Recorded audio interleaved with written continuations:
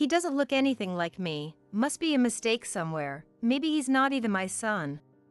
Andy said that, while openly favoring his good-looking and intelligent son over his daughter, Crystal Jacqueline. He told me our daughter should get a job as soon as she finishes middle school, and destroyed the stuff we bought for her high school entrance. I couldn't take it anymore. I packed up and left, taking both kids with me. My name is Misty. I'm your average 35-year-old stay-at-home mom, living with my husband, son, and daughter. My son, William, has always been handsome since he was a kid, so much so that people often mistook him for a girl. My friends would even say, "You should get William into acting or modeling." He's also incredibly smart, gentle, and mature. By the time he was 3, he was already conversing like an adult. On the other hand, my younger daughter Crystal is definitely the cutest girl in the world from my point of view as a parent. However, her appearance was far from what is commonly known as a pretty girl. She's a bit on the plump side, with curly hair and a round face. She's not athletic and she's slow to speak. But to me, she's the most adorable girl in the world. However, there is someone who doesn't think well of such a girl. Andy, however, clearly favors William. When he gets home from work, he only pays attention to William. If Crystal tries to join in, Andy tells her she's creepy and trying too hard and trying too hard. Whenever this happens, William suggests, "Let's all play together." But Andy dismisses him, saying, "Don't play with Crystal, you'll catch her stupidity." William sits uncomfortably on his father's lap. He's smart. He understands what's happening. Even my mother-in-law, Jacqueline, dotes on William and mistreats Crystal. Andy's family owns a store. His dad has passed away, so Andy is expected to take over the business. That's why we go to my in-laws once a week. Every time we visit, Jacqueline, Andy's mom, grimaces and says, "Oh, you brought Misty and Crystal again? You could have just brought Andy and William." She says we don't have to come, but if we don't, she makes snide comments over the phone, treating me like a maid. I don't want to go to my in-laws, but Andy drags me along to help with chores, so I have no choice. On this particular day, Jacqueline decides to take William and Crystal to a large local park. While Crystal is thrilled to spend time with her grandma, I have an uneasy feeling. But, tied up with chores as usual, I reluctantly wave them off. By evening, Jacqueline returns home, carrying a tired William on her back. "Oh, he's getting heavy. William's growing up," she cheerfully comments. But there's no sign of Crystal. "Jacqueline, where's Crystal?" With no hint of guilt, she replies, "I don't know. Both were looking tired, but I can't carry both. So, I told Crystal to walk back on her own." I couldn't believe what I just heard. A chill ran down my spine. I bolted out of the front door and sprinted towards the park, rolling over myself in a panic. Who would leave such a small child alone? I prayed she was all right as I burst into the park. "Mom."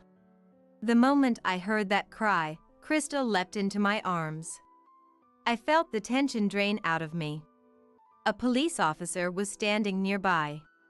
"You're her mom, right? The park staff found her crying alone and called us. You shouldn't leave a small child unattended." The officer admonished me, but then patted Crystal on the head, saying, "It's good your mom came for you." I bowed my head to the officer several times and tightly held Crystal's hand as we headed home. On the way, Crystal spoke up in her innocent words. "Crystal was sleepy. Grandma said I could nap, so I slept on a park bench. When I woke up, no one was there, and I cried. Are you mad?" "I'm not mad. I'm sorry I scared you." I couldn't help but hug Crystal, who was carefully reading my expression. When we got back to my in-laws' place, both Jacqueline and Andy sighed at the sight of Crystal. "So she's found, huh?" Frustrated, I yelled at Andy. "Do you even care what happens to your own child?" Andy wasn't ashamed. He fired back with something shocking. "I don't care what happens to her. She's ugly and not smart. She doesn't look like me at all. You probably had her with another man and are making me raise her, but that's not gonna happen." Upon hearing this, Jacqueline also chimed in. "Would have been fine if she hadn't been found. Who knows where she came from? I've never cheated. Crystal is absolutely your child. Do you have any evidence of me cheating?" I protested, but all they did was mock me. From that point on, my daughter and I never went back to my in-laws' house. No matter how much Andy scolded us, no matter how many sarcastic comments Jacqueline made over the phone, I endured it all to protect Crystal. William had noticed how poorly Andy and Jacqueline were treating us. "Grandma would get mad if I also stayed home. I'm okay going alone. You and Crystal don't have to worry." That's what William said as he gently stroked Crystal's head. Although I felt guilty toward William, we stayed home. William is truly a kind-hearted child. Dealing with Jacqueline's mood swings must have been tough, but William managed it with his inherent brightness and charm. I've thought about divorcing many times, but without any qualifications and being just a housewife, I couldn't fathom supporting William and Crystal by myself. So, I had no choice but to endure. A decade had passed since Crystal and I effectively cut ties with my in-laws. William had become a working adult, and Crystal was about to start high school. With a new backpack and textbooks for high school, Crystal was looking forward to this new chapter in her life. Andy still treated Crystal poorly, but we had both decided to ignore him. "As long as William and Mom are on my side, that's all that matters," Crystal would say, which always made my heart ache. Still, seeing Crystal excited about her new life made me happy, too. But then, disaster struck. Andy saw Crystal's new school supplies and went ballistic. "What is this? You're planning on going to high school? We've raised you this far, and you're not even our real child. Quit school and start working. Pay us back for all we've spent. Throw all of this stuff away, now." Ripping up her textbooks and tearing her bag apart, Andy hurled them into the muddy yard soaked from days of rain. "I'll make sure your mom hears about this." Andy said that and called his in-laws. Jacqueline came over almost immediately, as if she had been waiting for this moment. "Who do you think you are, planning to go to high school on our dime? You should be thankful you even got to go to middle school. Get a job as soon as you graduate and give us all your earnings. Misty, you should be grateful we even took care of your affair child," she said, clearly enjoying herself. "You two are nothing but a bad influence on William, our heir. You're both worthless. Get out." So there we were, Crystal and I, picking up her thrown school supplies, listening to Andy and Jacqueline's harsh words. Both of us were drenched in the rain. Rain soaked our hair, and droplets streamed down our faces to the ground. I couldn't tell if they were tears or rain anymore. With William already having moved out, there was no one left to stand up to these two. Crystal and I looked at each other, and we both knew. There was no reason left to stay in this house. After that, Crystal and I packed a few essentials and left. Andy and Jacqueline agreed to the divorce without a fuss. With nowhere else to go, we turned to William for help. William was shocked to see us covered in mud and rain, but quickly understood the situation and welcomed us into his home. William offered me a warm shower, a change of clothes, and a soothing drink. Feeling a bit more settled, We sat down to talk about what's next. Got a call from Dad earlier. He said he's divorcing Mom and we should never let them in the house again. He told me to quit my job and take over the family store. But I don't want any part of it. I can't stand him or Grandma. Hearing this made my heart ache for William. I've always wondered how hard it's been for him, stuck between our family and his in-laws since childhood. I was putting up with it as long as Dad and Mom were married, and while Crystal was in that house. But that's not the case anymore, is it? William grins mischievously. How about changing schools, Crystal? I'm being transferred to another state. We can all move there. And let's keep it a secret from Dad and Grandma. I hope their store goes under. Upon hearing William's enthusiastic proposal, Crystal exclaims, I'm definitely in. I've always relied on William, so it made me feel guilty. But I decided to go along with it because it seemed like the best course of action. Everything fell into place smoothly after that. A few weeks later, we were settling into our new lives in a new place. What Andy and Jacqueline don't know is that Crystal is actually brilliant. She's always been good at tests, she just developed a little slower than others. She even aced the entrance exam to a top high school at our new location. Crystal and I both got new phone numbers, cutting off all contact with Andy and Jacqueline. William kept his line open just to keep tabs on them.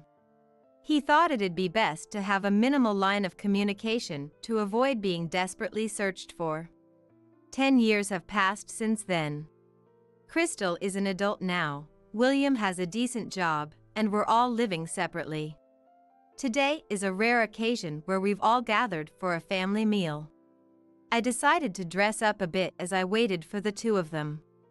Suddenly, I hear, Is that you, Misty? Yes, it's Misty. It was Andy, now balding and bloated. And Jacqueline, her hair completely white. And hunched over like a witch from a storybook. Where have you been for 10 years, Misty? We've been worried. Are you still mad about us claiming Crystal is the child of an affair? Come back. We haven't seen Crystal and William for years. Where are my kids? Andy was ranting, saliva flying from his mouth. Yes, come back. We're in terrible shape now. Jacqueline shrieked in her hoarse voice. Despite the dramatic reunion, I felt nothing. I observed them, oddly detached. Mom! Mom, what's going on? I looked back towards the voice. I turned to see a sharply dressed young man and a lovely young woman in a cute dress. Pointing at them, Andy and Jacqueline were speechless. Is that William and Crystal? Yes, but what are Dad and Grandma doing here? William gives a terse response. Wow, you both look incredible. Crystal, you've turned into such a beauty, I hardly recognized you. I never imagined that little Crystal would grow up to be this stunning. I wish I'd been there to see it. Ignoring William's question, both Andy and Jacqueline share their thoughts. You see, after Crystal moved away from Andy and Jacqueline, her life improved significantly. Whether it was the lack of stress or her active involvement in high school activities, she transformed. Her face slimmed down, and her eyes, once lost in baby fat, became more pronounced. Her hair, which was once unmanageably frizzy, gained a beautiful wave. Now, Crystal is so adorable that she could stand next to a celebrity and not be overshadowed. Well, since her older brother William is handsome, Crystal must have had the potential to be beautiful as well. Both William and Crystal are successful and employed by big corporations. They are the pride and joy of me, their mother, Misty. So, the family is back together after 10 years. Let's go out for dinner. I don't have money on me, but you both can pay, right? After all, I've raised you. Andy places his hand on Crystal's shoulder. She promptly slaps it away. Don't touch me, it's creepy. I've always been told I was the result of my mother's affair. I have no father, and you didn't raise me. Who are you? Crystal, now wearing heels, towers over Andy. Enough is enough, William states calmly. I won't forget what you did to Mom and Crystal. Today is the last day we're in contact. Don't bother calling again. Andy explodes with anger. How dare you speak to your parents like that? Crystal, come home and marry a local businessman's son. William, come back and save the family business. Misty, apologize and serve us for the rest of your life. Andy's temper flares like wildfire. We exchange glances and burst into laughter. Why would we want your forgiveness? What made you think that? I'm actually getting married soon, so that businessman's son is out of the question. I'm starting my own business, so there's no way I can take over the family shop. What a shame it'll go under. Both of them laugh, shaking their shoulders. Andy looks desperate. Misty, you'll come back, won't you? His needy gaze is repulsive. Why would I return to that house? Who wants to be a housemaid there? Plus, I've remarried. So, no, I can't go back. I flash the shining ring on my left hand. What? You remarried? Without telling me? I won't accept this. Andy tries to snatch the ring off my finger. But before William can step in, another man comes between us. Do you have business with my wife? No rough handling, please. Andy felt cornered by the imposing man. What's your deal? Andy retorted, trying to puff up his chest. I'm Misty's husband. As far as I know, you and Misty divorced a decade ago. I was the lawyer who facilitated the process. A lawyer? Andy seemed visibly shaken by the man, who suddenly revealed he was a lawyer. That's right, I fell for Owen, the lawyer who helped me during my divorce 10 years ago, and we started dating. A few years later, we got married. Andy's face turned even redder. A lawyer, huh? Think you're something special because you make some money? Everyone, listen to me. Misty's my wife, and William and Crystal are my kids. You're in the way. With that, Andy charged at Owen like a raging bull. But Owen dodged smoothly. What? Ah! Unable to stop himself, Andy stumbled and rolled away, letting out a pathetic cry. Oh no! Andy! Jacqueline screamed in dismay. We all watched, holding our breath, wondering if Andy was all right. Lying on his back, Andy yelled, I'll forgive you all if you listen to me now. Good, he didn't seem to be badly hurt. But the fall did appear to shake him up quite a bit. What should we do now? I thought, and Owen reassured me. I've called an ambulance. It'll be all right. Let's leave the rest to them. Crystal was fuming. You're too kind. You should have just left him. Even her angry face was adorable. Hey, our dinner reservation is soon. Let's get going or we'll be late. William reminded us. Ah, yes. Today was a special family dinner day. With a reassuring embrace from Owen, we left. We could hear Andy and Jacqueline's verbal abuse behind us, but nothing scared us now. Months later, we heard that Andy's struggling business finally went under. Owen had gotten the news from a real estate contact. For 10 years after we left, Andy had kept things afloat, surprisingly. Now Andy was blaming a fall for not being able to work, leaving Jacqueline to handle both house and work, struggling to pay off debts. Hearing this, I couldn't help but marvel at how karma works. What goes around comes around. On a sunny Sunday afternoon, I was trying on a dress for Crystal's wedding. "That looks great on you. I wonder which one I should wear." To think I'd see the day I'd attend as Crystal's father, it feels like a dream. I turned around, and there was Owen, holding 2 tuxedos in his hands, smiling shyly. "Get to cleaning the house already. Slaves don't get to rest." That's what my husband Anthony said as he splashed beer on me. I was so taken aback by the suddenness of it all that I froze. My body was wet, and the distinctive smell of beer filled my nostrils. As I stood there in disbelief, Anthony hurled more abuse my way. What should I do? What does Anthony want from me?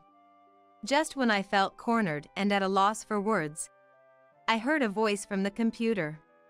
The moment he heard that voice, Anthony, who had been red-faced and angry just seconds before, stiffened and collapsed on the spot. "My name is Chloe. I'm 33 years old. I work as an office clerk at a company in a certain region, putting my all into my job every day. My days consist of dealing with large amounts of data and documents and punching numbers into a calculator. I think to myself that the company should make more use of computers, but being one of the younger employees within the company, I didn't have much say. I worked while being mindful of my superiors and was forced to attend drinking parties I didn't want to go to. My spirit was utterly exhausted. "These numbers are wrong again." "I'm sorry." "Please, I'm really counting on you. You've been making a lot of mistakes lately." "Yes, sir." The mistakes kept piling up due to my fatigue, further diminishing the little confidence in my work I had to begin with. I wondered if quitting would be better for me. It was during these times that a certain man started coming to the company as a salesperson. This man was the person who would later become my husband, Anthony. From just one look, it was clear that Anthony was a kind man. Even to me, who only did things like making coffee, Anthony was always kind. I found myself drawn to Anthony before I knew it. However, I couldn't bring myself to express my feelings to Anthony. It was all one-sided on my part, and I was sure Anthony didn't think anything of me. That thought was always in my mind. But a few months after Anthony started coming to the company, to my surprise, he approached me. We started going out for drinks after work, which led to us dating. After 2 years of dating, we were able to get married. With our marriage, I quit my job, and Anthony and I started a new life in a new home. We picked out a place we both liked after visiting various real estate agents. Quitting my job and thinking about the happy life ahead with Anthony made my heart lighten. However, the life I had envisioned was not to be. A month into our marriage, I noticed Anthony was acting differently. "Welcome home, Anthony. You're early today." "Yeah, well." He didn't look at me and didn't even greet me back properly. Seeing Anthony so different from usual genuinely worried me. After that, Anthony seemed somewhat listless. "Are you okay? You seem tired." "Huh? Oh." He seemed more irritable than tired. Indeed, he was different from his usual self. I thought maybe he was just tired today, and didn't think much of it. However, the next day and the day after that, Anthony's attitude remained unchanged. Gradually, it wasn't just his attitude and greetings. He stopped taking the sandwiches I made for him and didn't contact me when he was coming home late. I could tell that he was starting to treat me carelessly. Maybe I had done something to offend Anthony. As I pondered over this, my own time flew by. I was filled with insecurities about my behavior and thoughts of Anthony. Things changed a few months after Anthony started showing a change in his attitude. He began to verbally abuse me out of nowhere. One evening, Anthony spoke to me without touching his dinner. "Hey, Chloe. Do you realize?" "Realize what?" Without a subject, his sudden question was impossible to understand. I urged Anthony to explain further. Without any sign of remorse, Anthony said, "Your cooking is terrible." "What? Terrible?" "Yeah. I guessed you hadn't noticed. Think about how I feel, having to eat such terrible food every day." I had often cooked meals during our dating period, but he had never made such a complaint before. He always seemed to enjoy the meals, and he had told me many times they were delicious. Watching him like this, I never thought Anthony would find the meals I made unpalatable. "You used to say it was delicious." "What? Did I?" Seeing my anxious face, Anthony started laughing loudly. Then, after a good laugh, Anthony put down his fork and went back to the bedroom. Looking at the untouched meal, I felt indescribable. I too put down my fork and kept replaying Anthony's words in my mind. Had he been hiding that he found the meals unpleasant all this time? Or had my cooking skills just declined? I thought about it a lot, but couldn't come to a satisfying conclusion. However, one thought did seem to make sense. His recent behavior, his words just now. I thought maybe Anthony had come to dislike me. At first, I thought maybe he was just a little tired, but his recent behavior has definitely been too much. The Anthony I knew would have told me if he was tired. It must be so. But that would mean I did something to make him dislike me. However, I can't think of anything that might have caused it. My doubts about Anthony only grew. Then, another 2 months passed. Day by day, Anthony's attitude worsened, and the Anthony I knew during our dating days seemed to have disappeared completely. He verbally abused me daily and made a point to show his irritation by making noise.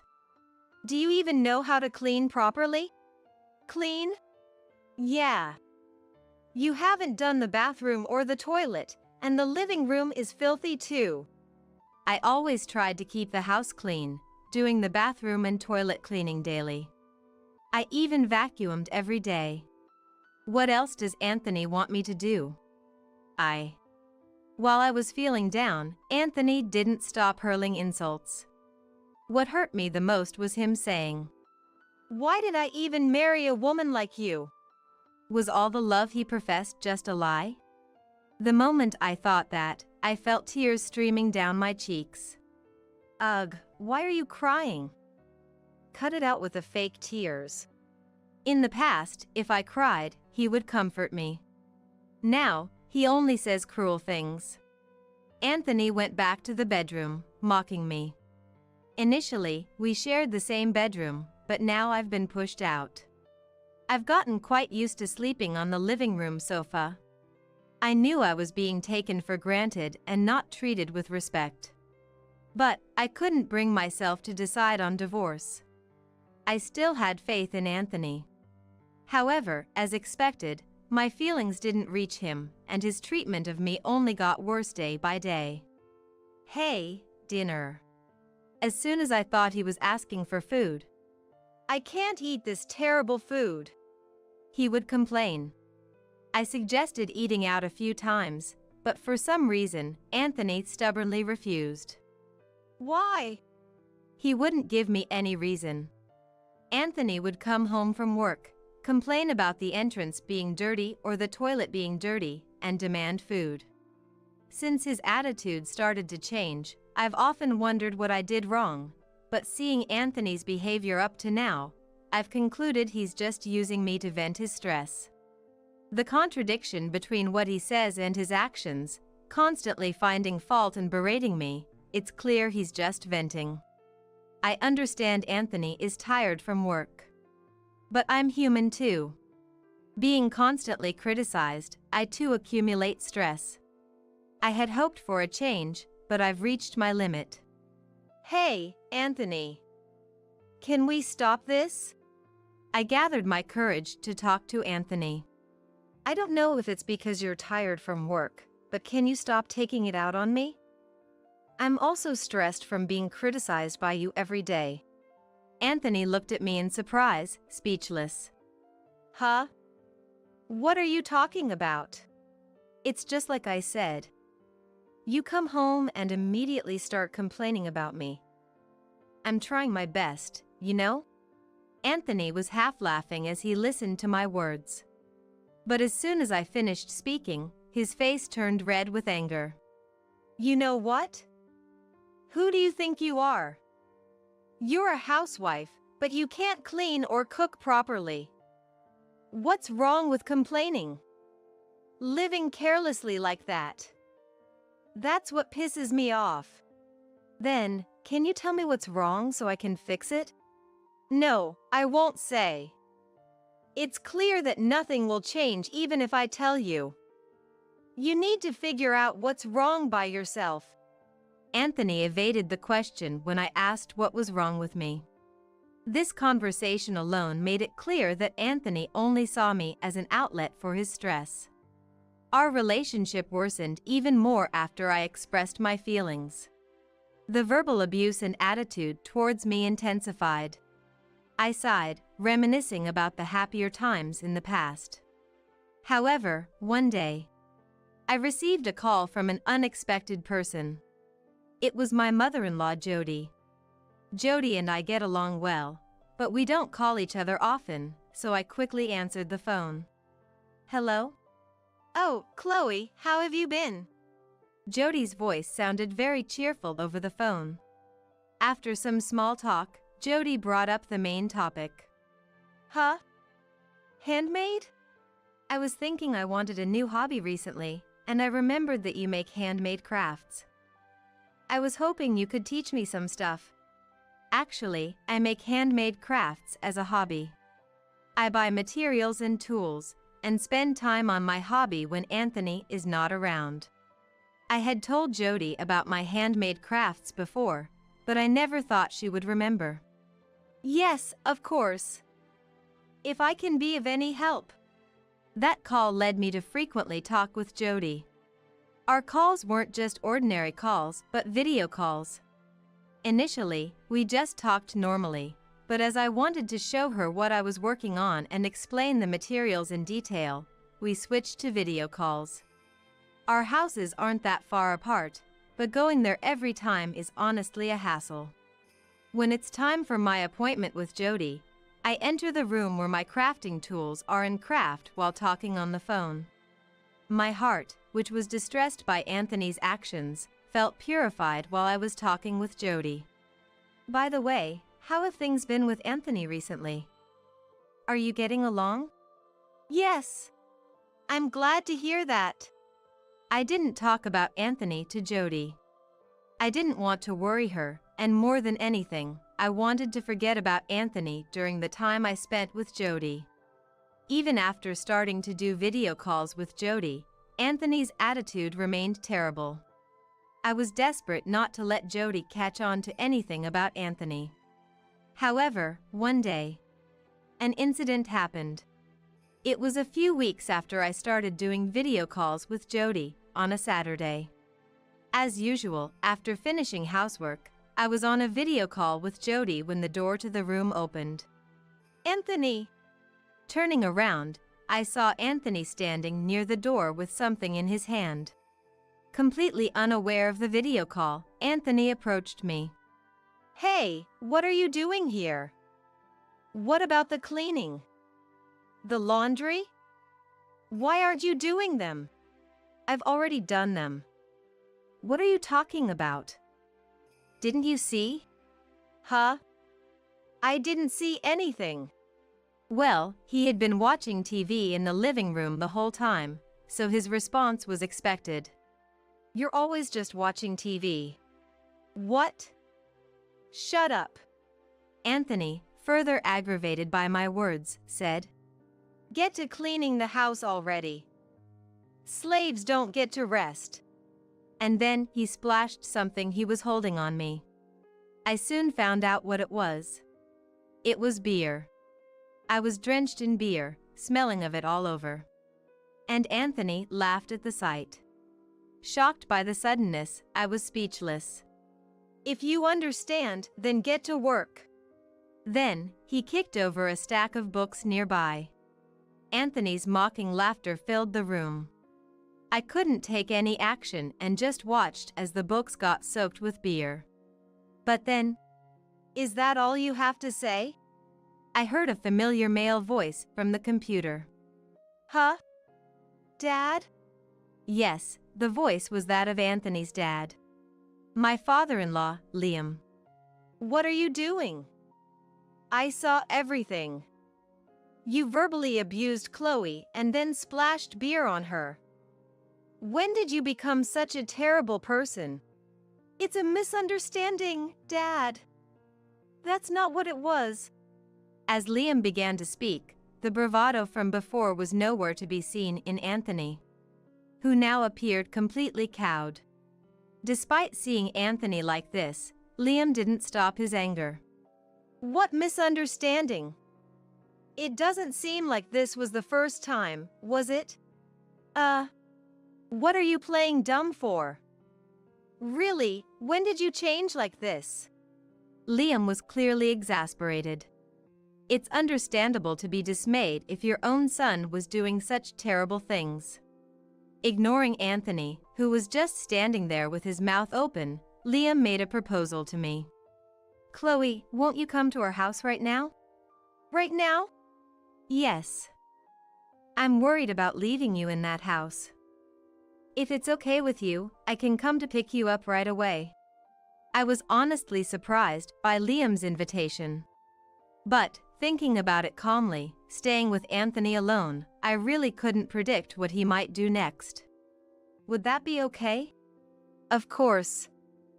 I'll be there soon. Anthony, if you do anything to Chloe, you won't get off lightly." With that, Liam hung up. I immediately started preparing to go to my in-laws' house, waiting at the entrance for Liam to arrive. Anthony didn't do anything to harm me, looking uneasy instead. A few minutes later, my in-laws arrived, and I headed to their house with them. When Liam opened the front door, Anthony looked frightened in a way I had never seen before, clearly very afraid of Liam. "Anthony, you should spend tonight reflecting on your actions alone. Understand?" "Dad, I'm sorry, What are you saying? The person you should be apologizing to isn't me, it's Chloe. Just think about what you've done alone. Reflect on it. Got it?" Liam said this and led me outside. I had managed to change my clothes but didn't have the chance to shower. Liam wrapped a towel around my body and put me in the car. A few minutes later, when we arrived at my in-laws' house, Jody was waiting for me. "Chloe, are you okay?" "I'm sorry." Jody gently embraced my shoulder and led me to the bathroom. "Take your time.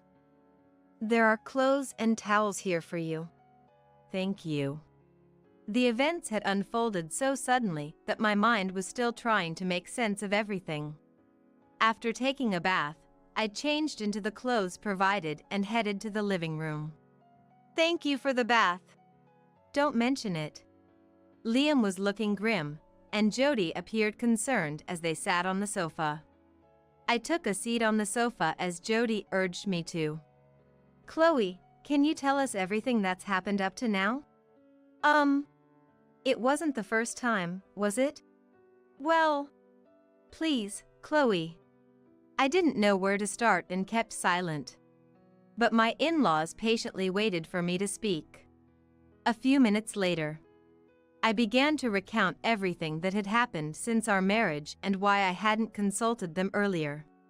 They listened quietly until I finished speaking. "And so, it came to what happened earlier. Why didn't you tell us?"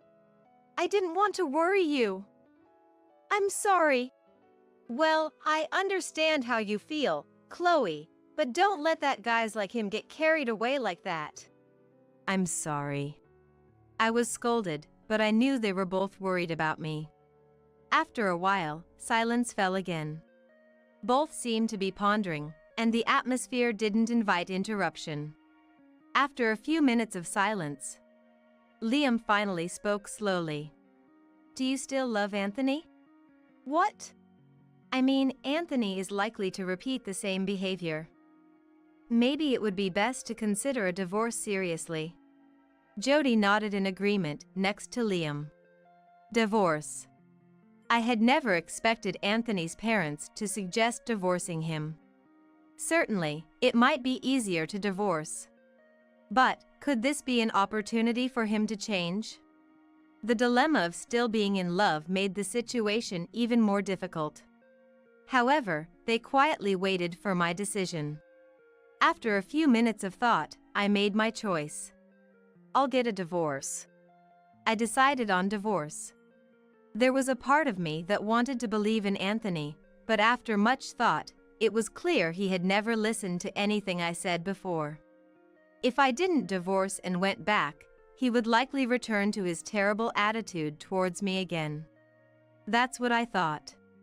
My decision seemed to have relieved them both. After some discussion, we decided I should file for divorce as soon as the next day. This way, I could finally be free from Anthony. Even though I had hoped for Anthony's change of heart until the very end, part of me felt relieved once the divorce was decided. The next day, I went to the house with my in-laws, holding the divorce papers in hand. As soon as we rang the doorbell, we could hear footsteps inside, and Anthony came out. Chloe. And Dad and Mom. Seeing the faces of my in-laws, Anthony showed an obviously disappointed expression.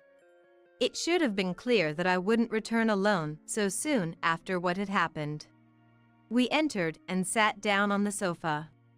My in-laws also sat down beside me. Anthony was still flustered and hadn't even apologized to me yet. Watching him, I said, "Anthony, I want a divorce." "What? Divorce?" "I've thought about it, and I no longer have the confidence to continue with you. If we start living together again, your attitude will just revert back, and over time, you'll forget about what happened this time and repeat the same behavior, won't you?" "That's not." "Can you say for sure that won't happen? Besides, you haven't properly apologized to me yet. It's clear you haven't reflected at all from your actions." "I'm sorry." Anthony quickly apologized after hearing my words, but it was too late. I had no intention of forgiving Anthony anymore. It's too late for everything. Just sign the divorce papers quickly. With my in-laws on my side, I could boldly express my thoughts to Anthony. Too late. "Anthony, what were you thinking last night? Not even apologizing to Chloe, and now you're surprised to be faced with a divorce. If you were aware of how terrible you've been, being divorced wouldn't come as a surprise. I did do terrible things, but I never thought it would lead to divorce." "Not expecting to be divorced? You really have a blissfully ignorant brain." Anthony shrank back at my words. All his bravado seemed to have been left somewhere far behind. In the end, Anthony reluctantly signed the divorce papers. Our relationship ended without a single sincere apology from him. By the way, as I was packing to leave the house, I asked something that had been on my mind. "Why did your attitude change all of a sudden after we got married? There was nothing like this when we were dating."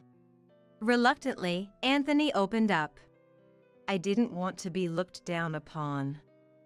That's all." "Looked down upon? Did I ever act like that when we were dating?" "No, you didn't." "Keep your weird fantasies in check. It's really unbelievable." Okay. With that, I left the house with my in-laws, never to return again. I felt a bit sad to leave the house itself, to which I had grown attached. After filing the divorce papers, I stayed with my in-laws. Being a housewife without my own income, my in-laws told me I could live with them. Of course, I was nervous at first. But gradually, I got used to the atmosphere of my in-laws' house and could even enjoy doing handicrafts with Jody. During this time, Anthony tried to contact me, but Liam made it clear through my mobile phone. "We're cutting all ties with you." And he never contacted me again. Anthony probably never imagined I would be living with his parents. Seeing that he tried to contact me even after the divorce, it was clear he still looked down on me. Divorcing such a man was the right decision. I can't thank my in-laws enough for encouraging the divorce. Now, a year after the divorce, I've started living on my own and working part-time, leading a fulfilling life. I felt it wasn't right to keep relying on my in-laws' house forever. Though I've moved out, I still keep in touch with my in-laws and continue to receive their support. They've treated me like their own family, even though we're not related by blood. My current goal is to repay my in-laws. What could I do to make them happy? Today, I continue to live with gratitude towards my in-laws.